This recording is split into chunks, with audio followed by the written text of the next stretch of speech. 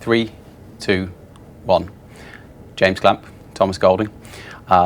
Absolute pleasure to welcome you to the Care Home Show, and thank you so much for being sponsors. No, thank you very much. Thanks for having us. Pleasure to see you guys. Thank you. So let's start at the top. How did you guys get involved in the healthcare sector and then subsequently kind of the care home sector itself? The firm's always had care clients. We've acted for some operators for well over 25, 30 years. I would say over the last 10 years, we've probably developed what you would call a sort of niche or fit-for-purpose practice that covers a lot of what a care operator would need. We've actually grown from principally 2 operator clients that have always been long-standing clients of the firm to upwards of 15, 16 sort of operator clients. But it's not just operators, it's investors, it's obviously banks, it's a whole different array of sort of stakeholders, if you like, in the sector. But I would say in the last 10 years as a practice, myself, Thomas, a couple of the other members of the team made a bit of a concerted effort to actually further the practice and say, look, we've got a pretty good starting point here with these clients, and actually we're pretty good at this.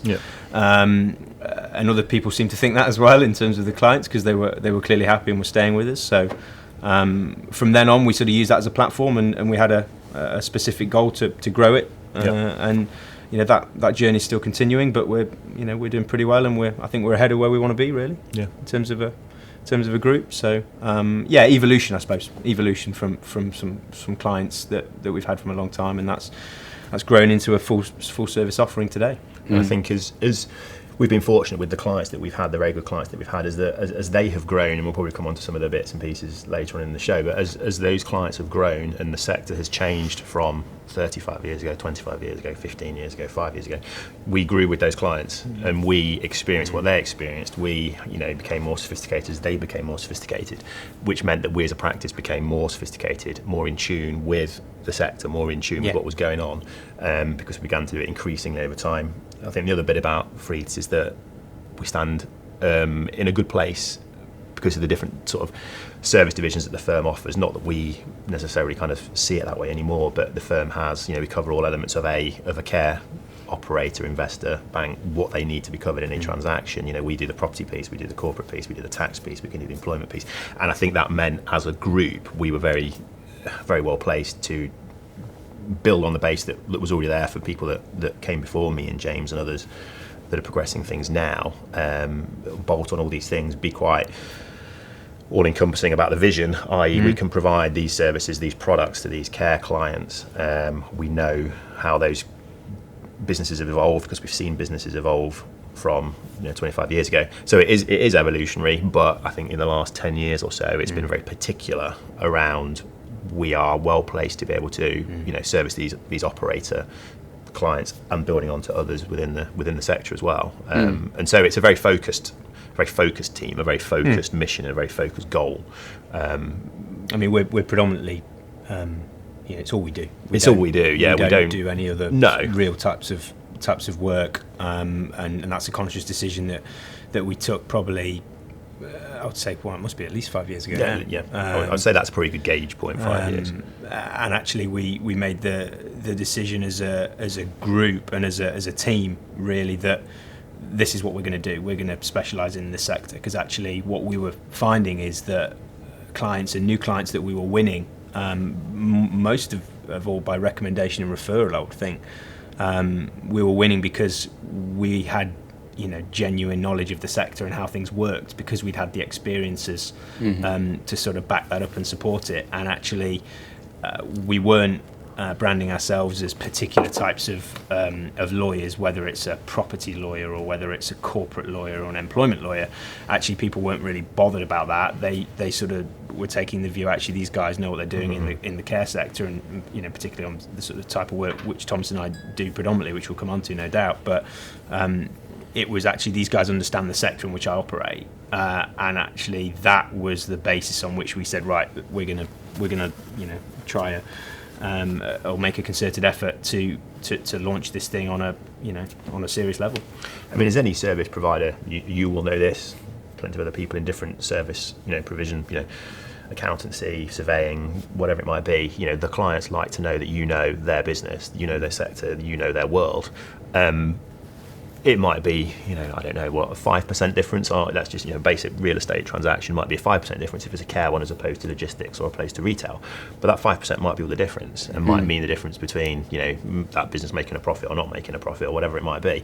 And so the fact that the clients and the stakeholders know actually, well, yeah, the Freeths team, they get that 5%, as opposed to some others who may not get that 5%. That's a real difference to me. And so whilst it may look marginal, a real estate transaction is a real estate transaction, a corporate transaction is a corporate transaction, actually I don't think it's quite that straightforward in the care world. And as you most definitely know, as we've progressed through the more recent past and into the future, care is becoming more complicated, more regulated. There are more people looking in, there are more people with oversight in terms of operations and stuff. And so actually it's important that as service providers we know what those pressures are. Because it's important to the transaction, you kind of think, well, actually, that's for the client to worry about. Those little bits and pieces on the side, that's their business. Well, it's important that we know that as well, and because of our evolution and our history in our past, we get a large proportion of that. It's interesting. So when I my first venture into the care sector was to start looking at care home deals, I went and spoke to my network, and I think I had 2 people refer me to Freeths, so that reputation was already there, and that's obviously been well met, and we've ended up knowing each other for all this time, kind of off the back of that. And my experience with you guys has been fantastic in that. Also, the conversations that I've had with other people that use you guys, again, you're involved in the sector, you understand what the dynamics of the market look like, rather than just all the legal stuff, which, obviously you need to be able to go and do all that stuff, but equally as well, it's really important that you're that you've got a passion for it as well, which it's very, very clear that you guys have. Where do you think that comes from, and why is it so important for you guys to operate in the care sector? A large, and this might sound sort of slightly flippant, but it's a nice place to be. Broadly speaking, most people that we act for deal with, and that's including people on the other side of transactions, advisors, as well as the client base and the various people involved. It's a nice place to be. It's people that have good intentions. It's people that are trying to make money, of course, but at the same time, it's a great group of people on the whole that are trying to make a difference, trying to do good things. And as lawyers, sometimes it can be a little bit artificial, I think. You can say, well, actually, okay, this corporate transaction, a company's moved from A to B and there's some money moved hands, but actually there's no real tangible benefit to looking in from the outside. Whereas actually with care, and you can see actually some tangible difference when we're involved in transactions. You can see, well, actually, that wasn't a care home before.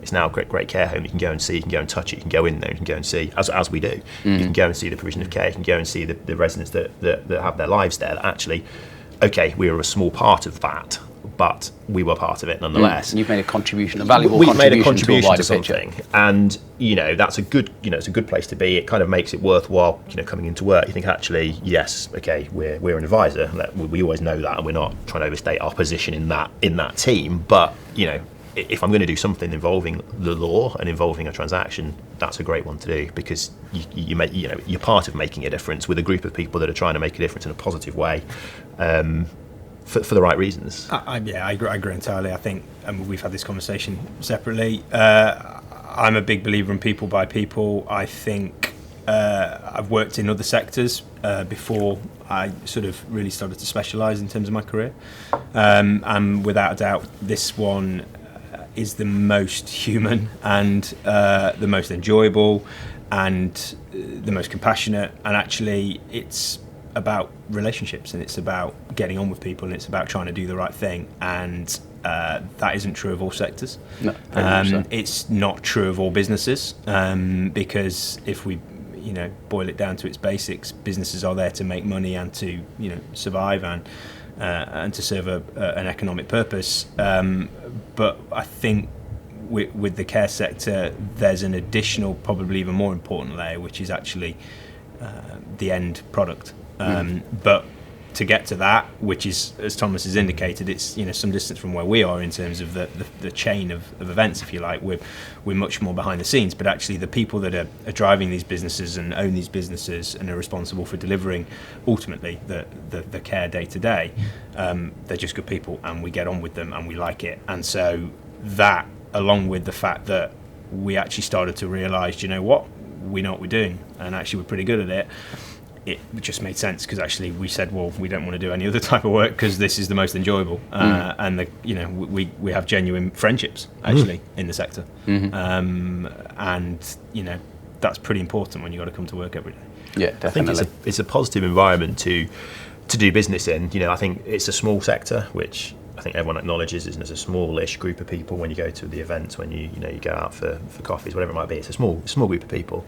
But it's a group of people that are looking to make relationships. It's a group of people that are looking to make contacts, and so we love being a part of that. In that you may go and have a coffee with someone else, and that person may say, actually, do you know what, you need to speak to Simon about this because I know that Simon knows that, and actually you might need to go and talk to James about that because I know that James needs to talk about that. And so it's a great positive place to be where it doesn't feel competitive. It feels positive. It feels that people are trying to put people in contact with people and trying to make relationships, trying to make things happen for the right reason.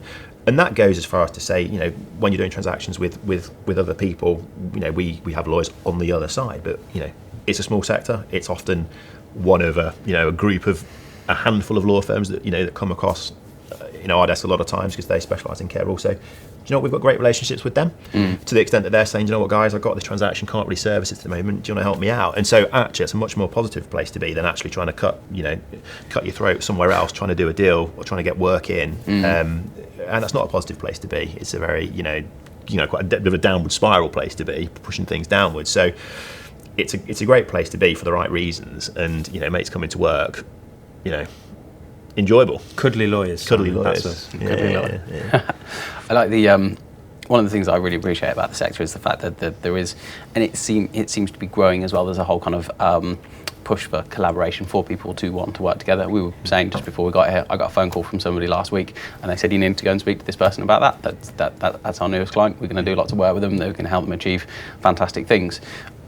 I came from a technology background. I don't remember anyone ever calling me up and referring and saying you need to go and speak to that person. It just didn't happen.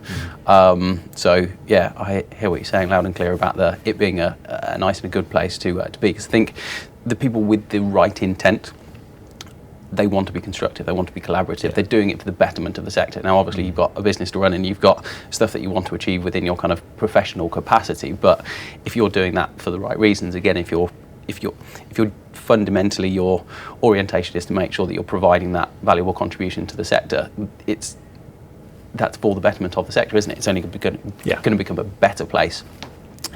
And the way that we look at the world is, so our vision as an organisation is that sustainable care home businesses provide the best possible life for everyone that lives in, that works for and that owns a care home or group. If everyone's chipping in their bit to make sure that happens, we've got a sustainable sector. We've got a place where residents enjoy the best possible life experience. We've got teams that are part of a great culture and part of a fantastic team, and owners that are building a business and delivering everything that they want to be able to go and do personally. So it's working with people that have that same mindset, I think, is important, and it's the centerpiece for that kind of whole collaboration, isn't it? It is, and I think one of the things that we probably should recognise is actually it's a pretty tough sector. We know that the operators, the day-to-day people on the ground, so to speak, they really are in the front line, and it's tough. And when we talk to clients and we talk to the likes of you and other people in the sector that we have really good relationships with, it is a real uphill battle at the moment because of the well-rehearsed issues. So it's really important that you have good people, positive relationships, a support network, frankly. And actually that's one thing that we have started to see a little bit more operators actually helping each other, sharing best practice know-how, and I think there's a bit of a call for that because actually everyone is ultimately trying to achieve the same end goal. So that's even more important because it's not all a bed of roses. So even more reason why relationships and people really matter.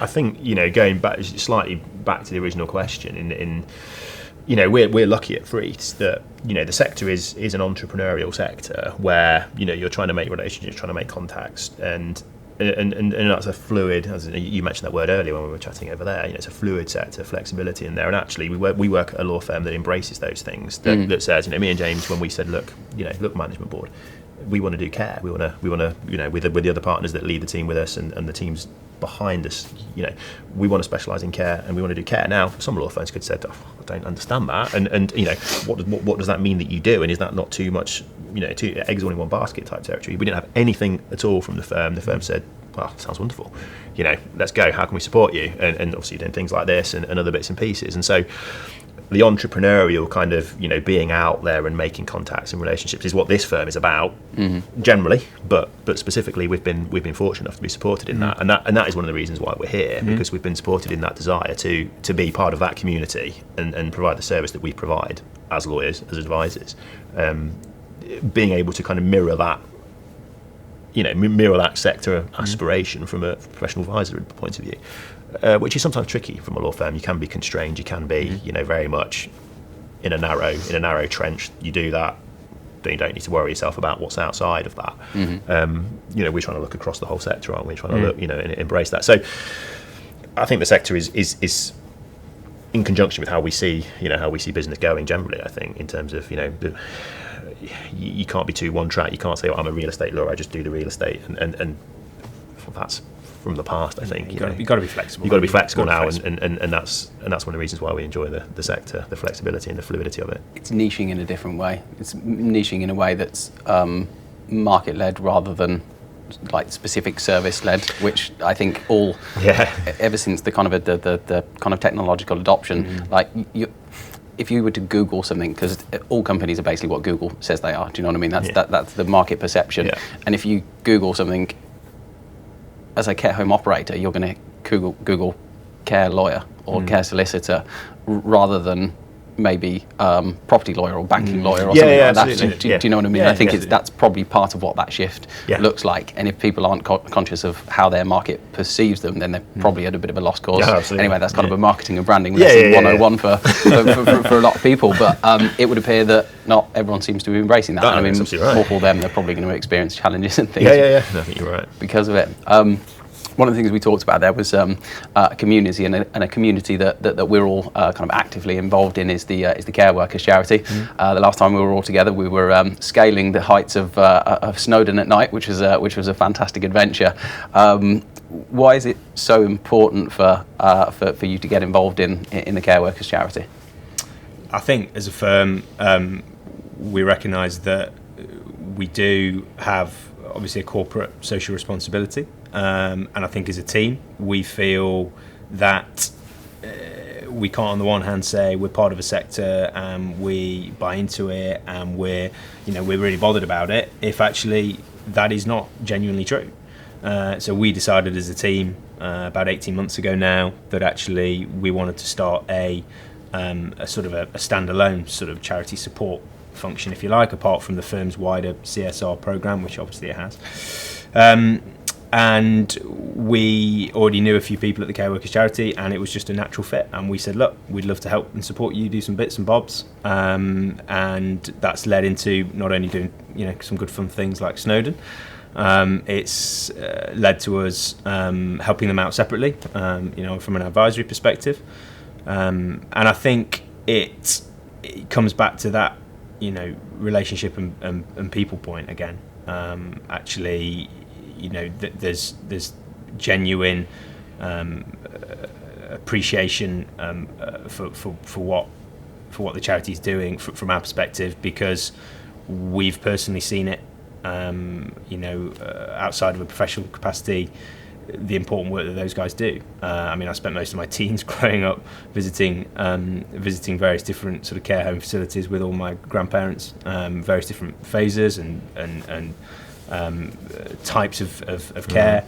And at the time, obviously, I didn't know that I was going to end up where I am now doing what I'm doing. But that sort of stuff actually, you don't forget, but equally, even more so now, I actually understand the pressures and the problems facing these sorts of businesses and these types of workers, and actually, even more reason why, if we can try and support even in a small way, we should and we do. And actually, when you hear some of those some of the stories of certain workers, and I remember one story at the Great British Care Awards. I was lucky enough to be asked to be a judge at the last year's awards, and for one of the categories, one of the stories that one of the workers told was almost unbelievable in terms of their daily commute. I mean, it was almost unbelievable. It was farcical how that was even possible, just to try and hold down a job. But actually, when you started to dig a little bit, the commute wasn't even an issue for the person in question. It was all about the fact that, well, if I don't do the commute, I don't get to go to work, and that's what I really like doing.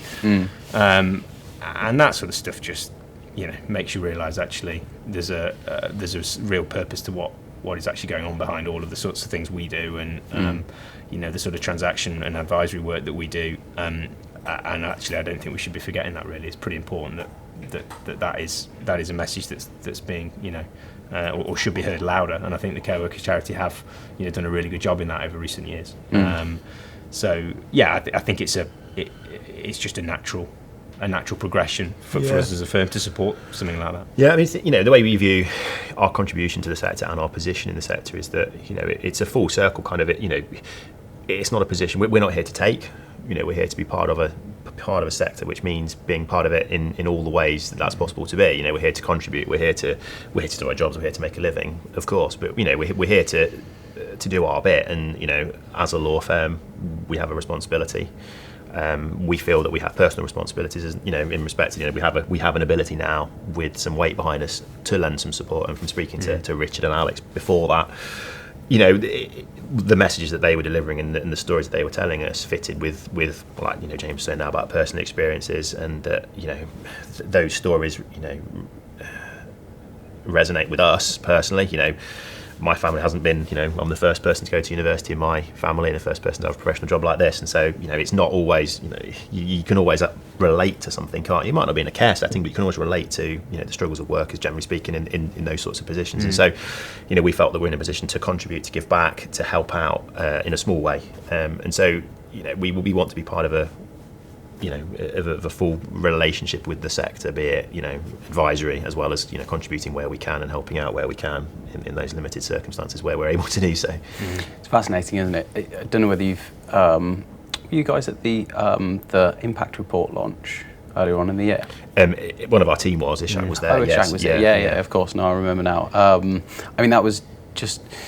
Obviously, you do the fundraising type stuff, whether it be the bike rides or the climbing up Snowdon and all that type of stuff, and that's fun. Obviously, you can't do that without thinking about what the valuable contribution is. When they do the impact reports, I was welling up, honestly, because it's so impactful, and it brings you back down to, okay, this is why we're doing that. And I think being a part of that is. Again, it's just another important way to be able to contribute something to the sector in a valuable way, whether that come from doing fundraising or doing a bit of pro bono work to kind of help the charity go where it needs to go. But they're doing great work. Richard's obviously taking the reins over now, and it will be exciting to see what he's got plans for the future. I've been speaking to them about some other stuff recently about what the next kind of phase for them looks like, and it's exciting, and we'll all be around to hopefully have a contribution to what they're up to as well. So. What other things are you doing to ensure that you are entrenched in the sector? What type of other things are you doing as to contribute towards that? Well, as James mentioned, we do have a relationship with the Great British Care Awards where we support them, we lend a hand with them in sort of a little bit of advice here and there, but in terms of supporting the events that they're doing, and James is helping out a few bits and pieces in terms of organising events with them. But we also are kindly asked to be judges at their events, which we very much enjoy doing, because it just gives you that oversight as to what exactly what people are doing and how the how the delivery of care is shifting and changing, and the pressures on people that we do enjoy. And we have done, we will continue to do so, our own events, which we try to do with a bit of a different spin on it to some other people, where we're conscious of a professional position, but at the same time, we all go to lots of events talking about yields and amounts of money that are involved in situations. So we've held some events, but we like to concentrate a bit more on the core care areas, don't we, and the pressures in relation to the provision of care, the challenges, the technology, those kinds of areas. And so our events have been a bit more care focused and not so transactional focused, which you might say, well, that's a bit strange for lawyers to sort of broach that, but we've been fortunate enough to surround ourselves with, you know, stakeholders, advisors, other people that in conjunction with us create a great environment for those kinds of discussions, which have been great. We've had, you know, some really good events and some great discussions. And I think the other thing that's you know, things like that have been a bit of a springboard really for us to, you know, whether it's meet people, create relationships, and that's then allowed us to go and do other things, whether it's foreign visits and trips to wherever it might be. It's all a big learning curve, you know, and we're acutely aware of that. And as a team, we will continually try to ensure that, you know, that learning from our perspective is not a static thing, and actually, you know, you talk to our sort of operator clients and their daily struggles, demands, pressures. I mean, they're just changing all the time, and it's just a constant shifting place. So, you know, the moment we stop trying to learn about that environment and actually the day-to-day issues that operators face, is the day that we start to sort of go backwards pretty quickly. But as you know, whenever we meet and we get together, you know, yes, we have the personal side of it in the conversation, but invariably it gets back to, you know, the sector chat and actually talking about the issues that are going on, and whether that's something that we have absolutely no idea about, or whether it's something actually that we may have been speaking to someone 10 minutes ago on the phone about. That doesn't matter. It's the fact that you're having the conversations in the first place. So it's a big part of our role really is to try and get out from behind the desk. And that's hard for a lawyer, really. I think that's the thing that we try to avoid very consciously is the distance between us and the sector. You know, you can quite easily, you know, sitting behind the desk is a great way of looking at it. You could easily sit there, take the instructions from the transactions and sit behind your desk, churn the work out, do a fabulous job at it, but maintain that distance between you and the coalface of the sector, and that goes to, you know, what the challenges operators are facing, you know, the day-to-day pressures on care workers, whatever it might be.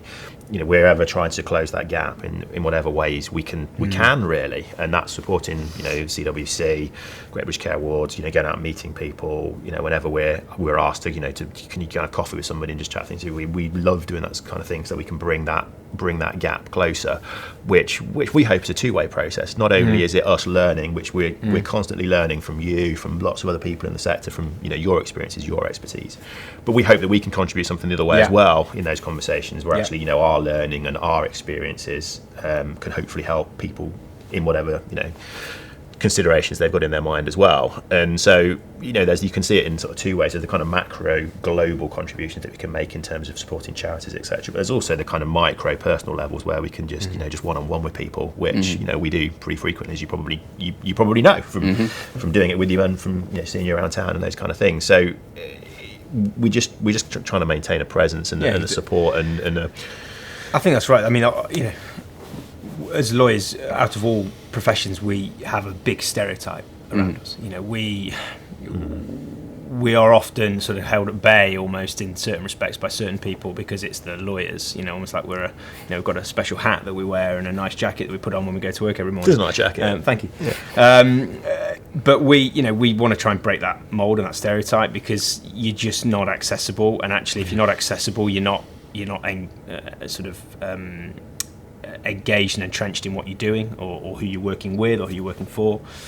So a big part of our role is to actually almost educate in a way people that, you know, don't think of us as lawyers how you might think lawyers are. When, you know, we're part of a team. We can be part of your team or we're part of someone's team, and actually that's an important thing for us because I think if you can break down that stereotype, actually we can get an awful lot more back from people, and people don't automatically think, oh well, I've had a coffee with you, so I must have an invoice coming. You know, you know, it's a silly analogy and you know, slightly tongue in cheek, but actually, you know, there is that perennial fear, isn't there? If you're talking to a lawyer, it's going to be costly. Well, you know, absolutely, we don't want that to be the sort of standard MO for people. You know, we can only engage in the sector and get involved in it if those sorts of barriers don't exist.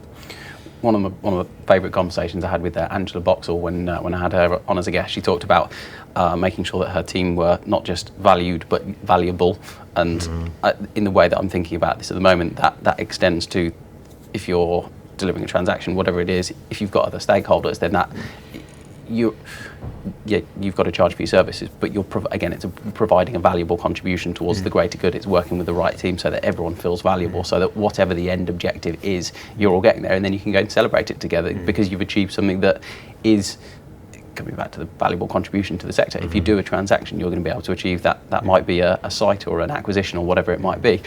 Fantastic. You're going to work with a great operator. That whatever transaction it's going to be, that will result in people getting looked after better, building a fantastic team, all the other stuff that we've talked about. So it's important. Yeah. And we've got to, I think it's key, and we always try and do this whenever we're working or whenever we're meeting new people, or if we're working with people we've worked with for a long time. You have to always ensure that you're not operating in a vacuum. Because the moment we start going into a vacuum of, we're just lawyers and we, this is all we do and this is what we do, and we're not involved over this and we don't do it, then you just start to become less relevant to the client and to the overall piece of work that you're talking about. Actually, you need to do the opposite, and that's actually quite hard to do, I think, because you're almost taught and you almost expect from the moment you start your career in the law that. It's almost a very one-way process. It's you've got a problem or an issue or a piece of work, and you do it over here, and then you deliver it. Well, it doesn't work like that. It's entirely a two-way thing. It has to be, because we're just part of a team. So I think, not operating in a vacuum and trying to just almost throw yourself into the sector is pretty much what we did. When we started out, we genuinely did. We just tried to get out there. We tried to see people. We tried to meet people. We spent an awful lot of time doing that, and it genuinely does mean that you can start to build those relationships, the rapport with people, understand the issues perhaps that might not be relevant to something on your desk right now, but hey, in 6 months it could be absolutely on point, and that's the important thing. And it's just constantly a learning process that you've got to ensure you're undertaking. And it's operating genuinely in the spirit of partnership as well, because again, for what you give, you'll receive back type thing. If everyone's working in the same way, then you're going to be able to work together far better. And then it doesn't come from the perspective of you and your client. It's not a transactional relationship. It's a relationship that's founded on wanting to work together, wanting to do great work, to achieve great things, all of that type of stuff. So, and it's it sounds cheesy and a cliche thing to say, and it is, but it's kind of having a bit of a can-do attitude towards it, and a positive attitude to me and James are broadly positive people, pretty positive. You're pretty miserable sometimes. I can be pretty miserable sometimes. I mean, James is always positive, but we always have our he's a Spurs fan, which I'm massively positive. So, and I think that you can create a situation on the flip side of that where the lawyer is seen as a necessary cost, a necessary evil. You must have one, because if you don't, clearly things will be difficult. But we want to be involved in a positive way in transactions, in relationships with clients, with contacts, and there's a charge to that if it's a piece of work, but if it's just being just knowing someone and helping them out and discussing things, and it's just part of the sector. And the positivity is one thing that happens naturally to us, but that we're very keen that the team that sits behind us and the partners that we work with, that we talk, and make sure that the people that are following up behind us as we start to get older and older, that they maintain that positivity behind us as well. That one of the reasons why we have a big network and why we are successful is because we have an attitude where we can get this, whatever it is, we can get it done for you. And we're not going to sit here and say, well, we can't do it because of A, B, and C. That's not our approach to doing transactions, not our approach to business, not our approach to relationships. We're trying to invest our time, our knowledge in a two-way relationship to try and get whatever it is done. What's the outcome that needs to be achieved here, and we can be part of that along the way. And I think James has said, the role of a lawyer is a difficult one. It really is a difficult one because of the historical context that comes with, and the label that comes with, that we have to try and break down, that we have to try and show, actually, do you know what, that isn't us, and that isn't actually what the sector is now. The care sector is involved in sort of legal advice. That's not how we operate, and our current clients and our client, the people that we know well, know that about us, that we're not the lawyer from 25 years ago, distant from everything, and we can't possibly comment, and oh dear, no, that's not the way we like to way we operate, do we? And it's much more of a positive relationship. Yeah. So where do you see Freeths as being, from the perspective of being a professional advisor to the sector. As in what our place comparatively to others, or? Yeah, so from a positioning perspective. So the mission, and this is probably the great way that me and James like to think about it, when we kind of came up with a business plan, a mission statement, sort of 5-6 years ago, when we really thought we need to be very, very clear about what it is we're trying to achieve and how. We want to be, one of the niche firms providing advice into the care sector and transactional support into the care sector. We want to be one of the few firms that are acknowledged as being genuinely specialists, experienced in that area. Now, Freeths is a law firm that means different things to different people, because we've got national experience, national exposure. We're a big firm, but not necessarily having exposure in the whole market. Depends where you do, what you've seen before. And so we've had to really build a position based on, and it comes back to relationship again, the relationship of us as individuals with our team, using the Freeths name, using the Freeths brand behind us, of course.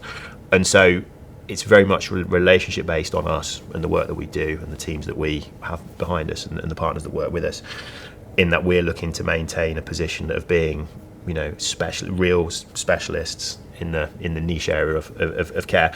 And care's a broad sector, and that's the next challenge I think for us is, as James mentioned right at the top of the show, is that our experience was born out of operator work 30 years ago, 35 years ago, and as we've developed, we've expanded our capabilities, our exposure into different areas of the care sector work, but there's still a large area that remains untapped to us, and so as a practice we're growing and moving into different areas, and by that what I mean is clinical, we might look at whatever it is and try and see how we can offer support and services into that sector. So I think that's true, isn't it? We don't we won't sit there and say we can be everything to everyone in the sector, because we can't.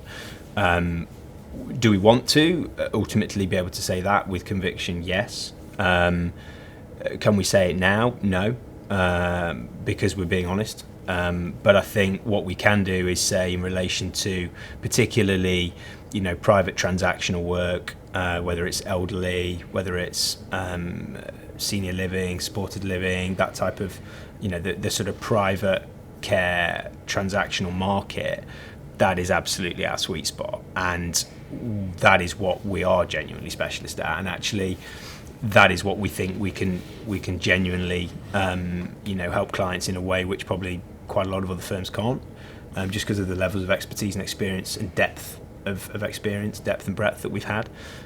So I think Thomas is right. The next challenge for us as a team is to probably expand even further. But one thing we've always said is that there's no point expanding just to say you're expanding if actually you're gonna prejudice what you've got already. So we need to do it in a slow, sustainable. You used the word earlier, didn't you, in relation to operators, in a slow, sustainable way, because otherwise all that happens is actually the existing provision, which we're pretty proud of and we're pleased with, and we think clients like, just becomes under threat and just becomes potentially watered down. So we're pretty ahead of curve, I think, in terms of where we thought we might be. Yeah.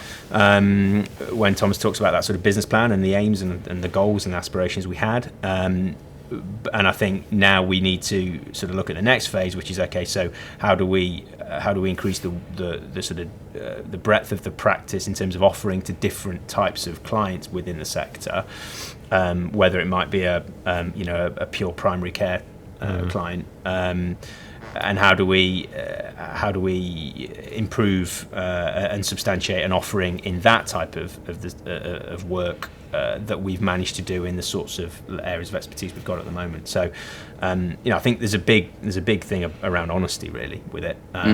We don't want to be the car salesman and tell you that we're going to do absolutely everything, and this car is going to do everything that your existing car doesn't do. And we've got to be honest with people, because if we're not honest with people, then the whole relationship is under threat from word go. So I think we have quite a particular sort of slot in the market, and I think when Thomas talks about Freeths as a firm, actually we're in quite a unique spot in that we don't have that expensive London City international tag that goes with the sort of level of expertise that we've got relative to, as I say, relative to the firm. So actually, a lot of work we do have a lot of prestige international firms on the other side of things. But actually, what we can do is offer a much more cost-effective solution to clients because we don't have the office in Tokyo and Miami yet, unfortunately. We're pushing for it, but particularly Miami. Yeah, particularly Miami. Yeah, but that's quite a big attraction for clients. So I think in terms of position, we probably, in terms of a practice and as a team, we probably. We punch above our weight really in terms of expertise and offering compared to certainly compared to the sort of firms that we see regularly, and that's just based on pure headcount and turnover by way of firm as opposed to anything else. Sure. And that's probably indicative of Freeths across the board actually as a firm, and that's why the firm's grown so exponentially over the last 10-15 years. I think another element of that is, we have got ourselves, and as James said, we from where we were 10 years ago, 5 years ago, the goals that we set ourselves, we are ahead of those goals and quite comfortably ahead of those goals, which we're delighted about. And we need to maintain that ground, and we need to maintain what we've got, and we're very aware of that, conscious of that, driven to do that. But we're also aware that we need to diversify as the market diversifies as well. And we've and things I mean by that is we've been in Chicago hearing about how care facilities there are very different to here in terms of integrated with other with resi, with childcare starting to come over here a bit. Primary care. In a one-stop shop. You went to Denmark and saw how Danish provision slightly differs again.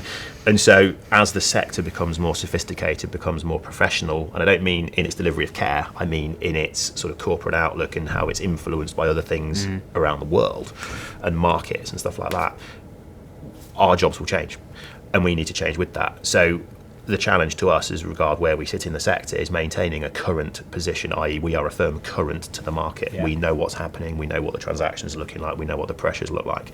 And so we want to be seen as that that current law firm, that up-to-date law firm, that knowledgeable law firm about what's happening in the now and what's just over the horizon, and not just resting upon, well, actually we've been good at this for 15 years, so we'll just look backwards and just quote from the past. We like to look forwards. We like to see what's coming next. We like to think about how we can help with that. And the great example of that is the extra care stuff that we're now starting to do quite a bit of over the last 18 months, 2 years, stuff, and senior living. And that's been deliberate. And the way we've gone about it has been meticulous, careful, sustainable, such that we can provide that long term, not just diving in one transaction and kind of not being joined up about that. So we want to kind of maintain a fresh position in the market where people know, right, if I go and talk to James Thomas or anybody in the care team, they're going to be on point with what's happening now, what I need to be thinking about, and how this transaction, this advice piece, what does that look like, and what am I going to be influenced by, who do I need to be talking to, etc. And that's a big challenge. We enjoy that challenge, but it's a big challenge nonetheless. So looking out onto the horizon then, what aspirationally, where do you want the team to be in the future? Well, I think our goal actually was written down, wasn't it? Be the number one prestige firm for private healthcare. Be the go-to firm. Team. And James is right in that we punch above our weight. You could say, okay, a firm headquartered in Nottingham, what's it doing? Trying to chase this kind of work down. We're not that firm. We're a national firm with 13 offices, with presence everywhere, with international clients, and so our position and our challenge and where we're looking to be is to be top of the pile. We won't settle for much less. We're driven people, a bit like what you were saying before about your stoicism. We're up for the fight, and we've seen it this far by being committed, dedicated, not taking ourselves too seriously along the way. Big part of it. We're being nice people and doing it the right way and going about it in the right frame of mind. But we want to be top of the pile, punching above our weight, being the go-to firm for private healthcare work, and from there we build into a wider sector practice across the board. And over and above that, the Miami office. And the Miami office, of course. is absolutely. Just let me know when you open it. I'll be there at the party. Great party on the beach. So you guys have obviously been involved in the sector for a really long time now. things must have changed a lot. What have you seen change over the I guess your kind of tenure within the sector? I mean, for me, the big one is the sophistication of transactions. That's the word I was going to use. So I think if you boil down a lot of transactions in the private care sector with what we do, whether it's buying and selling a business, whether it's trying to develop a new facility, if you boil it down to its basics, it's not much different from as Thomas has alluded to earlier, another property transaction or another M&A deal. However, I think with the investor money that's come in from different places, i.e. outside of the country, whether it's China, whether it's the Middle East, whether it's across the pond, with that has brought obviously a different approach, because you've got different investors coming in with different approaches and different ideas and different ways that they do things. Mm-hmm. And with that has come different sorts of advisors and different backdrops, all of which has sort of created a melting pot, if you like, of ideas, of sophistication. And actually, 10 years ago, some of the transactions that are now sort of relatively routine didn't exist. So actually, you could argue there's a pretty good blank canvas for it. And where we are now is in a slightly unenviable position of having transactions which you could make a case for being too complicated, unnecessarily complicated. And actually, as a lawyer, that's a huge frustration, because I think we often see things on our desks where you can't help but think this is unnecessary, it's too complicated. And I think it's because of the sophistication that's come into the sector, the different investors, the recognition that actually we can't have another Southern Cross scenario, increased regulatory oversight, and actually, the money, where the money goes, lots of other things follow. So, that's what I think has led to some fairly sophisticated transactions now, where actually if you strip them back, someone's buying something, someone's selling something, someone's building something, someone's occupying something. But actually, beneath that, Thomas and I are buried in complexities with an array of advisors behind things.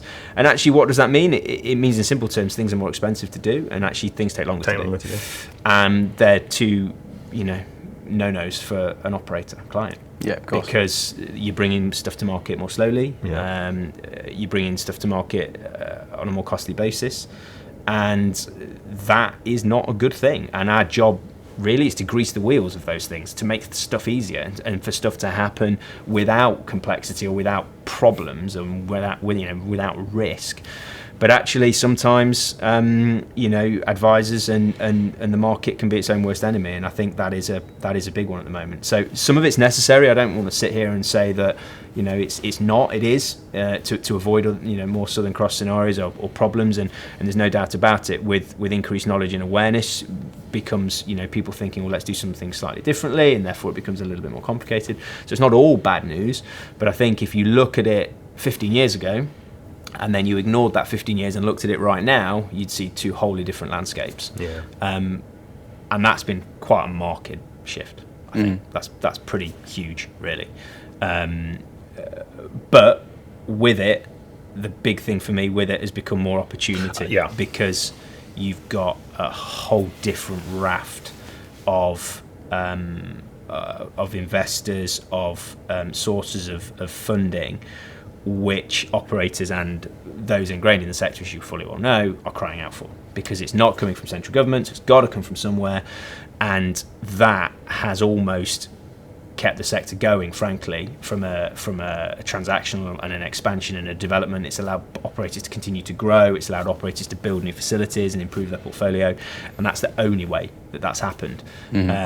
So it's not all doom and gloom. It's that that's a huge plus, and that's a huge benefit that we've seen, and access to cash, albeit operators will no doubt be able to spin some stories or not spin stories, tell you stories of difficulties of trying to get access to funds, and that is true, that is still there. Actually, yes, but there is at least some investment funding there, and there is some debt funding there, which some operators are managing to utilise to their benefit to keep things moving and keep things going, and hopefully ultimately improve the product that they're offering. So I think in quite a short space of time, it's transformational shift really. I absolutely agree with all of that in terms of the complexities of matters and things becoming. Sometimes there's a deal apathy. People just get to a point where thinking, I just can't do this anymore, and just bogged down in whatever it might be. I think that's one area where the sector has massively changed. I think the other area that it's massively changed, and again, similar is good and bad. I think there's more people now with fingers in the pie in terms of oversight and regulation. And what I mean by that is, if you go back, previously 15 years ago, it was C-Sky then probably, wasn't it, rather than CQC, but there was a clear regulatory body, and that was really the only person that was bothering to look at the care sector. Nowadays, if you do a deal, you've got a funder on board, you've got a bank on board. Well, do you know what? They want to have oversight on what your care business is doing. You might also have, some periodic people coming in. You've got the local authority coming in. You've got probably people like you coming in. You've got others coming in saying you should run your business this way. I don't like that. That's a warning sign. I need to take this. Irrespective of what CQC may be thinking behind the scenes. And so I think that's a challenge for operators and for the sector generally, is you've got a lot of people kind of with apparent regulatory oversight, or at least some kind of interest in what that sector's doing, what that business looks like. And so, I'm forever saying to you, aren't I? I'm really looking forward to when one of these funds tries to take one of these portfolios off one of these operators and says, I don't like that rating that Home's got. We're now taking these back off you. Mm-hmm. Well, good luck then. Off you go. Really. And so the best people in the sector to run those businesses are probably not the funds, not the investors. And so some of the time I think it is quite challenging if you're an operator with these varying degrees of oversight from different people, different stakeholders, different interests. Everyone's coming at it from a positive agenda. I don't think anyone's doing it maliciously or coming at it negatively. I think it's a positive agenda. People are trying to prevent another Southern Cross. That's what the whole thing is predicated on, I think. But at the same time, that is quite hard. And so, we're doing deals as part of the complexities about the actual structure of the deal and the tax position and this, that, and the other. You've also got the other element of the operator saying to us, well, why does the funder need to know that? Why does the funder need to see this? Why do I need to show them that? And that is a challenge, I think, to deals at the moment. And that's a big shift in the sector. The concern that the sector has over performance and businesses not going south. And I think that the experiences from 11 years ago now is still latent, is still a concern. People still worrying about it. Yeah, definitely. So, what would you say the key drivers and the kind of current trends are around transactions within the sector? I think there's still a desire, as James mentioned, a desire to grow. There's a desire for businesses to continue to push on. I think there's a competitive landscape to it now, and I think that competitive landscape is a slightly different competitive landscape and a different driver. I think a lot of the funds are driving the competition now, particularly in terms of growth and development. It's the funds and the investors who are looking to snap up the bits of land and then looking to get their operators in underneath. And so that's kind of perhaps flip reverse from how it was before. The operators saying, right, I want to do my care home in Tunbridge Wells, and how do I go about sourcing this? And we go off to whoever bank and ask for a bit of cash. He's kind of flip that a bit now. We've got the funds and investment groups saying, oh, I've seen a nice bit of land over here in Tunbridge Wells. Let's go and do that. Who can we get in to slot in underneath that? And so I think the market is slightly being driven by returns. And you and I had a bit of a chat about it before. I've always had this slight concern that residents and families and local authorities, to an extent, are paying care fees because of the provision of care, and that the inbuilt environment and location is one part of that, and that will be relevant, of course. But sometimes I fear that you've got care fees being predicated on how much that piece of land cost me, how much is my interest on my business. This must mean I can get a per week fee of £2,000, of £1,500 before you've even started to think about what your care home is going to provide, how the provision of care is going to work. And you might say to me, well, that's just simply how markets work. That's supply and demand. That's how markets work. But if that care home can't perform to that level, irrespective of where it's located, irrespective of how much interest you're paying on your money, that isn't going to work, and that isn't sustainable, and that business will struggle. And so, we mustn't forget, the sector mustn't forget the provision of care and the fact that the residents need to have the care provided to them that reflects the the fees that they're being charged for that. And we've had loads of conversations, me and you, haven't we, over the years, James, around actually going to a home or seeing a home that's in a local authority funded area, predominantly at £750 a week, is stripping in terms of the provision of care, outstripping a 2,000 bed home on the south coast. Yeah. That can't be right. That doesn't seem to fit to me. No, and so I think that's a fair point in terms of what's driving the market. Often the money, drives the market, understandably. But I think there are certainly people in the sector who are sort of, trying to not fight. That's the wrong word to use, but educate maybe is the better word to use. Actually, want to know that can't be right. We've got to look at this slightly differently. And there are people out there who are trying to drive it on a provision, needs basis rather than a balance sheet and return basis. And actually, I think there has been over the sort of last 10 years a focus, certainly in terms of development and new facilities, at the very, very top end of the market.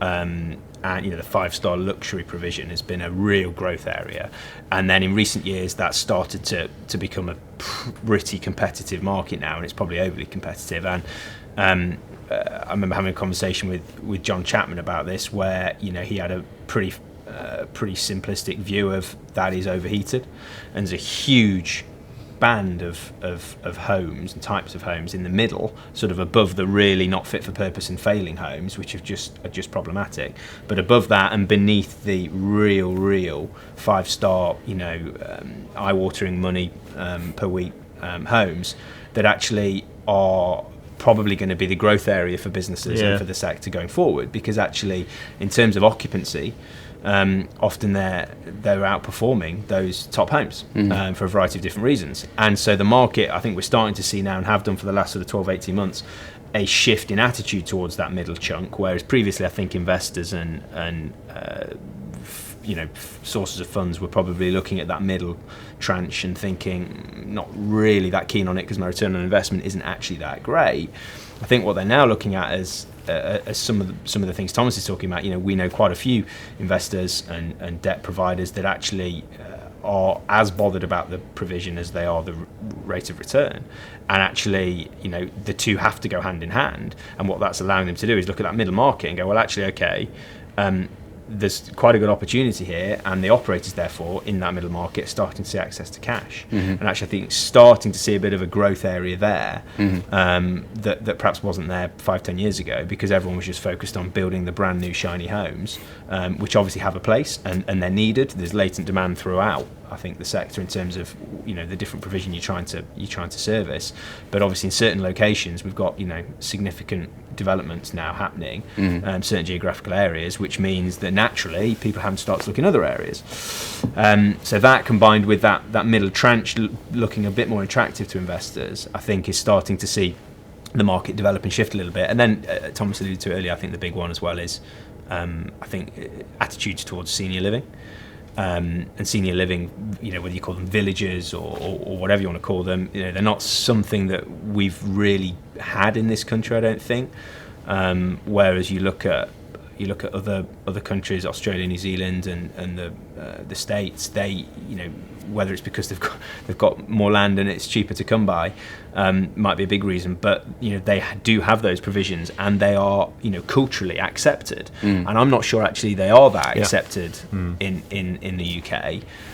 They are if you talk to some people, but not if you talk to others, and they don't want to be seen to be going into a gated community, and that have a very negative connotation around it. But actually I think some of the schemes and some of the things being brought to market now are just totally different from, I think, the perceived expectation.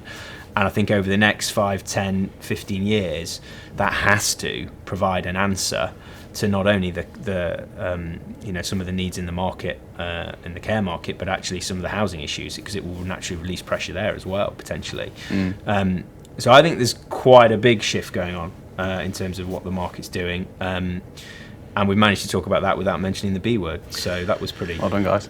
I wasn't going to mention, but I mean, the other driver that I think is relevant is sort of related to that word, but is not just necessarily the the positives, the how can we grow, but it's also dealing with the challenges. You know, you're driven by having to deal with a challenge, and at the moment the challenge is around staff, isn't it, and particularly around nurses. And so when we talk to operators about I'm going to go and try and do some homes in some areas, wherever it might be, and the question is, okay, what sort of home are you going to do? Is it going to be residential? Is it going to be dementia? Is it going to be nursing? And every time, I can't do nursing, I'm not going to do nursing. There are no nurses, it's too expensive. There's another provider I saw in the press this morning before we started, another provider's effectively called its nursing provision, and so you just think, well, okay, so if that's a trend that's going to continue, if that's a challenge and a driver that's continuing, in 5 years' time, where are we going to be on nursing? Like, is there going to be no homes providing nursing care? Now, something will have to change, presumably, but for now, I think that is a big driver, is the responding to the challenge of nursing and staff generally, but I think that's been covered to death already. But those areas are something that we're seeing. The homes are very particular now, and they're very much residential. Yeah. Do you guys know a gentleman by the name of Samir Rizvi? He runs a group called RDCP Care, and he also runs an investment fund called RD Capital.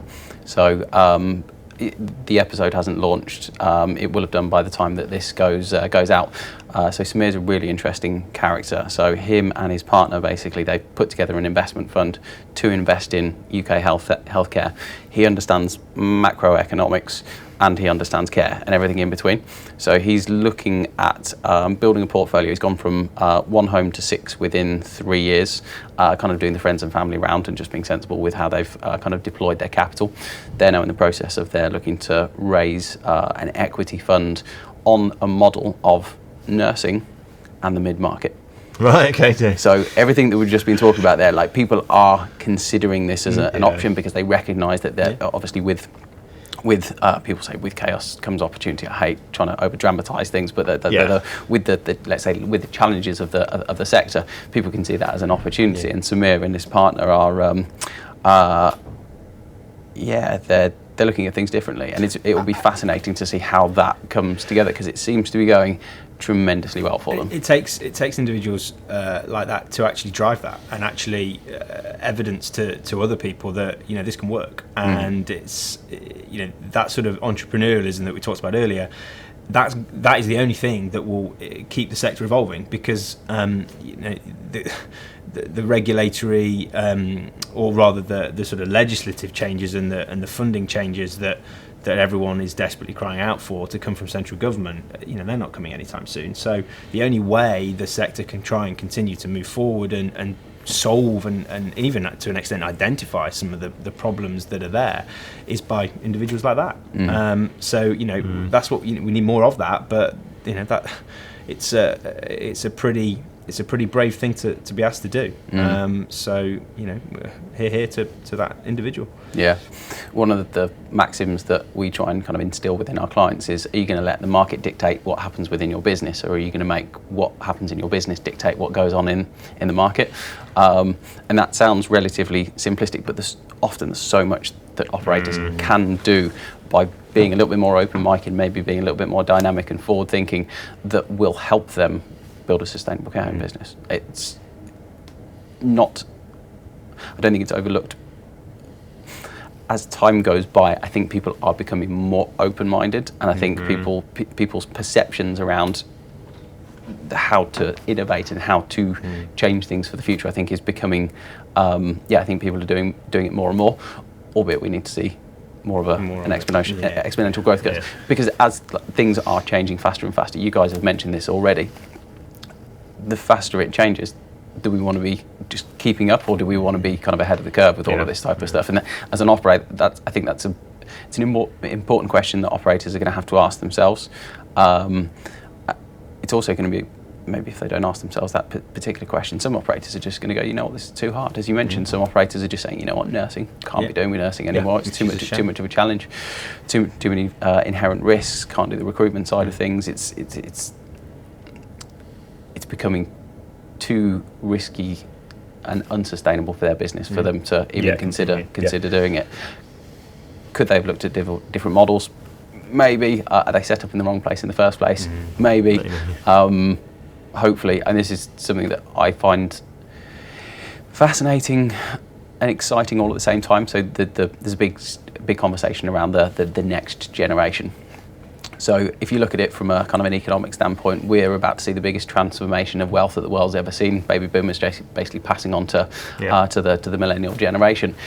If you look at that from a sector perspective, all the baby boomers are basically going to be now selling on their assets largely to the next generation. Are the next generation ready? Are the next generation in a position where they can support the care that we're going to want for our families and for ourselves fundamentally in the future? I hope so. Feels like we're going in the right direction, but there's quite a lot of work that needs to be done. Conversations like this and people being open-minded to make sure that it. Again, coming back to the sustainability thing, we need to make sure it works now, and it needs to work way out into the future and things as well. So, how do you see where do you see the sector maybe not doing as well as where do you see the sector not going as well as it might do? I mean, for me, I think a big one has to be around the dementia provision. I remember hearing Professor Graham Stokes speak at an ARCO conference a couple of years ago, and he came up with some pretty scary stats around the lack of provision in that type of care that's going to effectively happen and occur just because of population evolution. And that is something, we talk about new facilities coming on board, and very, very rarely do they have a nursing element. Actually, do we really fully understand the requirements for dementia care that we're going to have, not only in 2 years, but certainly in 5 and 10 years? I'm not sure we are. If you listen to the people that seem to know what they're talking about, and that's quite a scary thing, because I'm not sure. With the ticking time bomb, there was a big thing, wasn't there, several years ago about the dementia time bomb, and it seemed to be sort of coming onto the conscious sort of psyche of people, and yet don't hear it that often now. But what's changed? Not much. I think that's quite a big scary one, because I've sort of seen that firsthand, and you speak to people that have experienced that firsthand, and it's pretty crippling. And I think that would be one for me that I think is certainly not addressed probably in the way it perhaps needs to be. But I mean, it's such a huge challenge. Where do you start? It comes a little bit what we've just talked about. It's not just not one person or body is going to solve that. That's a cross-sector effort, I think, to address it. But yeah, that would be one for me. I think that is probably a warning sign, I think. I mean, I think unrelated. I think as looking across the sector as a whole, I think it needs to do better at being positive about itself, outwardly facing. I know that you mentioned Angela before, and I've heard Angela talk. Well, I had a conversation with Angela about it, and Carolyn Roberts and people about a lot of good goes on in the sector. There's a lot of good work, and sometimes there's a lot of good work in difficult circumstances. With limited resources. But actually, if you're out of the sector, which sometimes is hard to do because we're all in it, but if you're out of the sector, it's often negative messages around the care sector and around provision of care. You only hear about disasters, you only hear about the bad things that go on. And I know that's the nature of news, but at the same time, there are opportunities that the sector could be positive about itself, and there are opportunities for the sector to shout about itself. That needs to be sort of organised and be a conscious decision by people to do. But I think that there is some very good stuff that goes on. There's some great stuff that goes on, but the world at large doesn't hear about it. I think that would create a positive environment more, and I think that would probably appease quite a lot of the sort of the fund group, the investor groups, and generally have a positive reflection back on the sector again. That the government is often very negative about it. Is often very much we're fighting against an undefeated force here, that we can't deal with this issue in relation to the provision of care, particularly in relation to dementia and the exponential requirement that we're going to have in relation to the provision of care. All of that is taken as read and is understood, but at the same time, we can try and deliver some more positive messages, and the sector, I think, needs to try and do better at that. And I think if you create that slightly more positive appearance, then who knows, you might start to attract some more people into it, which is ultimately what we need to do. And that that has to be something which I think you're right. We probably have to be better at that. And yeah, it's interesting. You talked earlier about the Care Workers charity and why do we support it. The amount of just family and friends that spoke to me about the Snowdon Challenge and what are you doing, so what's the Care Workers charity. No idea. No idea what all that's about, and interested to hear about it. Yet they're the sorts of or that care provision you would assume is something that every one of us is going to touch and concern ourselves with at some sort of part of our lives. Yet we don't seem to engage with it like perhaps we should do, and I think you're right. If there's a more positive spin about it and a more positive outlook, and actually championing some of those success stories, maybe that helps with that, and actually it becomes not the poison chalice that it perhaps is. The public, the wider public perception of it, certainly in some areas, is of it. I think that it maybe starts to chip away at that. But I mean, that's not going to be something you're going to change overnight, I don't think. No, I think that's a long term sort of battle that would be, I think. But it certainly needs to happen, I think, to some degree. I mean, that was one of the reasons for setting up the podcast in the initial instance, was to try and reinforce some of that positive narrative, albeit that's within the sector rather than kind of the consumer-led side of things. But there was something that as you were talking, I was thinking to myself. So we're British, therefore we've kind of got, there's almost like this stiff upper lip type mentality around everything. Maybe the kind of the attitudes around that are such that's part of the reason why we have got a negative perception of getting older and maybe considering like a senior living type provision, because what happens is people have absolutely no understanding of care because we've got this stiff upper lip kind of mentality type thing, and then great Aunt Hilda trips over, breaks her hip, ends up spending a few weeks in hospital, then has to get discharged into a care facility. That whole process is painful and confusing, and it's very, very difficult to navigate. And then the family members have gone from, hang on, the NHS have just paid for all of this care, and now I've got to go and pay £1,200 a week to put great Aunt Hilda into this particular care home. And I was chatting to Mark, another one of our show sponsors from Trusted Care. People are ringing those guys up as care seekers for their elderly loved ones, and they're going from like the usual kind of the kind of, let's say, buying or kind of the buying experience might have lasted a month before. People might have done a bit of research, yada yada yada. Now, because people are staying in their homes longer, it gets to this disastrous crunch point where people, again, something bad basically has to happen, and then it's a 2 or 3 day process between the bad thing happening and then the prospective resident then being admitted into a care facility. That reinforces that negative narrative because it's really tough and it's painful and it's burdensome.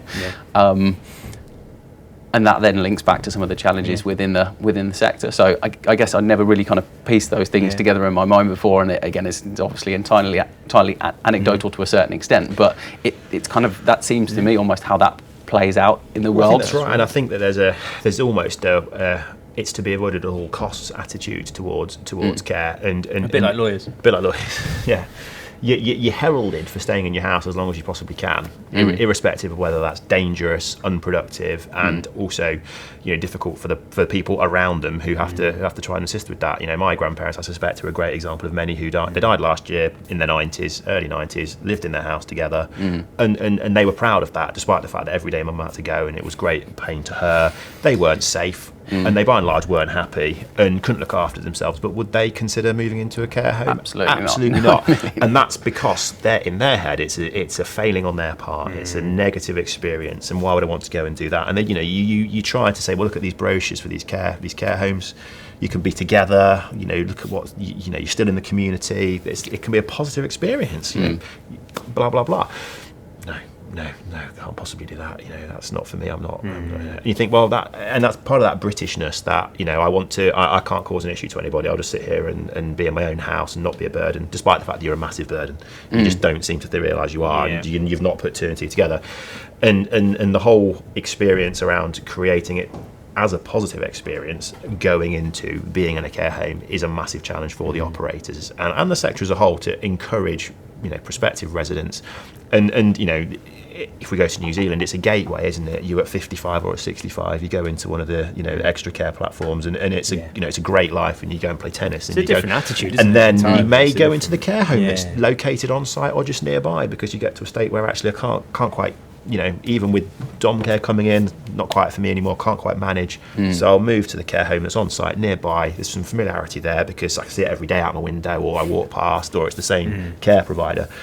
You can see that journey as being a much more straightforward journey, a much more accepted journey, and a much more, smooth journey for everybody involved, the resident and the family and the people around them. Here, it's a very clunky, like you're saying, immediate panic stations, which means it's not a positive experience. It for anybody, exacerbates the problem, doesn't which it? just creates the downward spiral of it being a positive, being a negative experience in that instance. You've got no brand experience of the care provider as well. If you've had that experience, whether it be dom care or whether it be some type of supported living type environment, you know that you can trust that person to look after you. So when it comes time for you to start thinking about that type of stuff, maybe you've been going to one of the activities in the care home for however long, maybe some of your friends there. That then feels like a lifestyle choice rather than I'm in some way Last resort. Last resort. Yeah, exactly. 100%. Question for you guys. So from your experience, if you were to kind of impart some insights or knowledge for somebody looking to make a positive impact on the sector, you've obviously spent a lot of time kind of accumulating knowledge and things like that. What would you say? I mean, for me, I think the success stories that you see, whether it's long-term success over a long period, or whether it's success in a more sort of an episode, or however you want to define success, I think it always comes back to the people behind that success, and actually, invariably, it's the team, ultimately, of people behind that success. I could draw a huge parallel to us as a team, because it certainly isn't just Thomas and I, that's for sure. And ultimately, those people that try and isolate themselves or their teams, generally, I think, are not as successful as those that actually are very open and honest with each other and actually identify, well, do you know what, I'm not very good at this, but you are.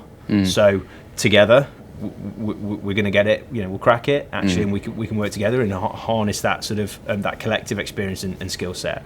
And on LinkedIn, you see various different things that people post often, but quite a lot of it is about leadership, isn't it? And actually, one of the things I think that we see, or I see a lot on LinkedIn, is that message around actually, as a leader, recognizing where you perhaps aren't the best, or you perhaps aren't the strongest, or perhaps your team isn't the strongest, and admitting it and being honest and trying to improve it and bring someone on board that can complement you and maybe fill that slight void.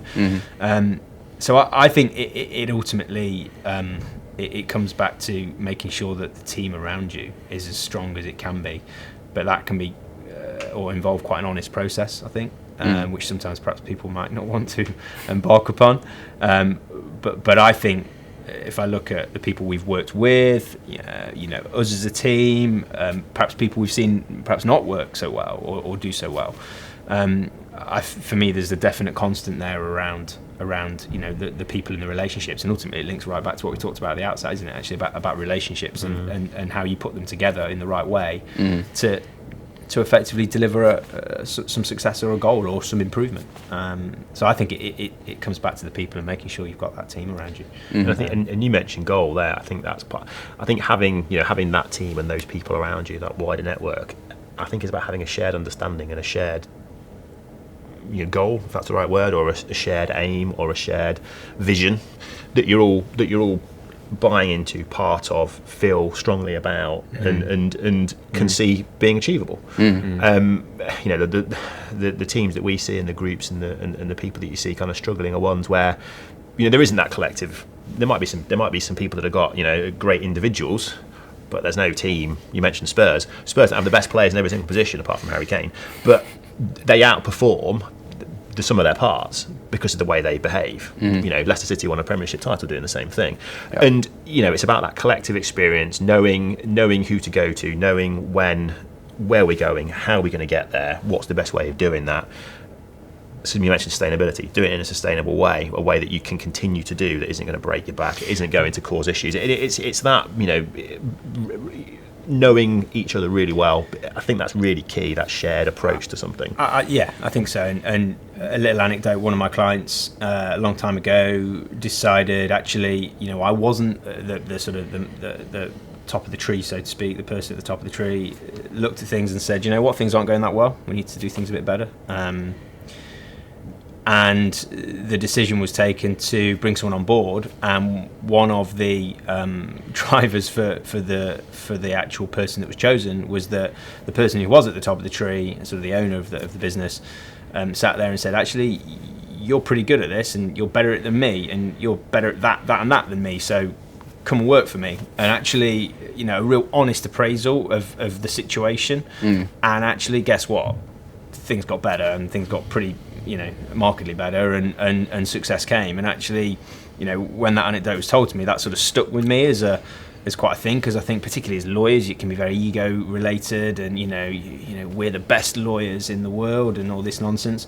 And actually, being the best lawyer in the world is a bit of a misconception, because actually, by definition, it's got to be a team effort if you're going to service a client across several needs and several demands, and several service lines. So actually, it's got to be working in tandem together. And I think that's one of the reasons why, as a team, we've been quite successful, because actually people like the fact that we don't hide the fact that we're a team, and we actually work together, and we embrace it. And I think that that comes back to the point of actually recognising that if something isn't quite going right, and you have got a bit of a weakness or a bit of a problem, accept it, and actually try and address it, and not necessarily think you've got all the answers all the time. But that's quite a hard thing to do. I think it takes quite a bit of bravery, I think, to sit there and do that. Yeah, definitely. It's interesting. So the way that you've explained that almost exactly describes my favourite definition for high performance, just because, in my opinion, and I'm probably stealing this from somebody else, I'm afraid I'm not going to be able to quote them because I can't remember, but the definition that I heard, the paraphrasing of the definition was, being a high performance person or team isn't, it's not doing everything right all of the time, it's knowing when you haven't done it, and then being able to deploy humility in a way where you can say, right, okay, well, this is a learning opportunity, or there's a deficit here, we need an extra person here, so that you can continue growing. And there's so many parallels in what you were describing then as to the example that I can't remember whoever told me about it was, but I think it's important. And I think that, again, that's whether you're a solicitor, whether you're a care home operator, just being as a human generally, I think that's a really important thing for people to consider. So, well, thank you very much, gentlemen. It has been an absolute pleasure. Thank you also for being one of our fantastic show sponsors. So it's been great having you aboard. Thanks so much, Simon. Thanks so much. Cheers, guys. Cheers, thanks a lot.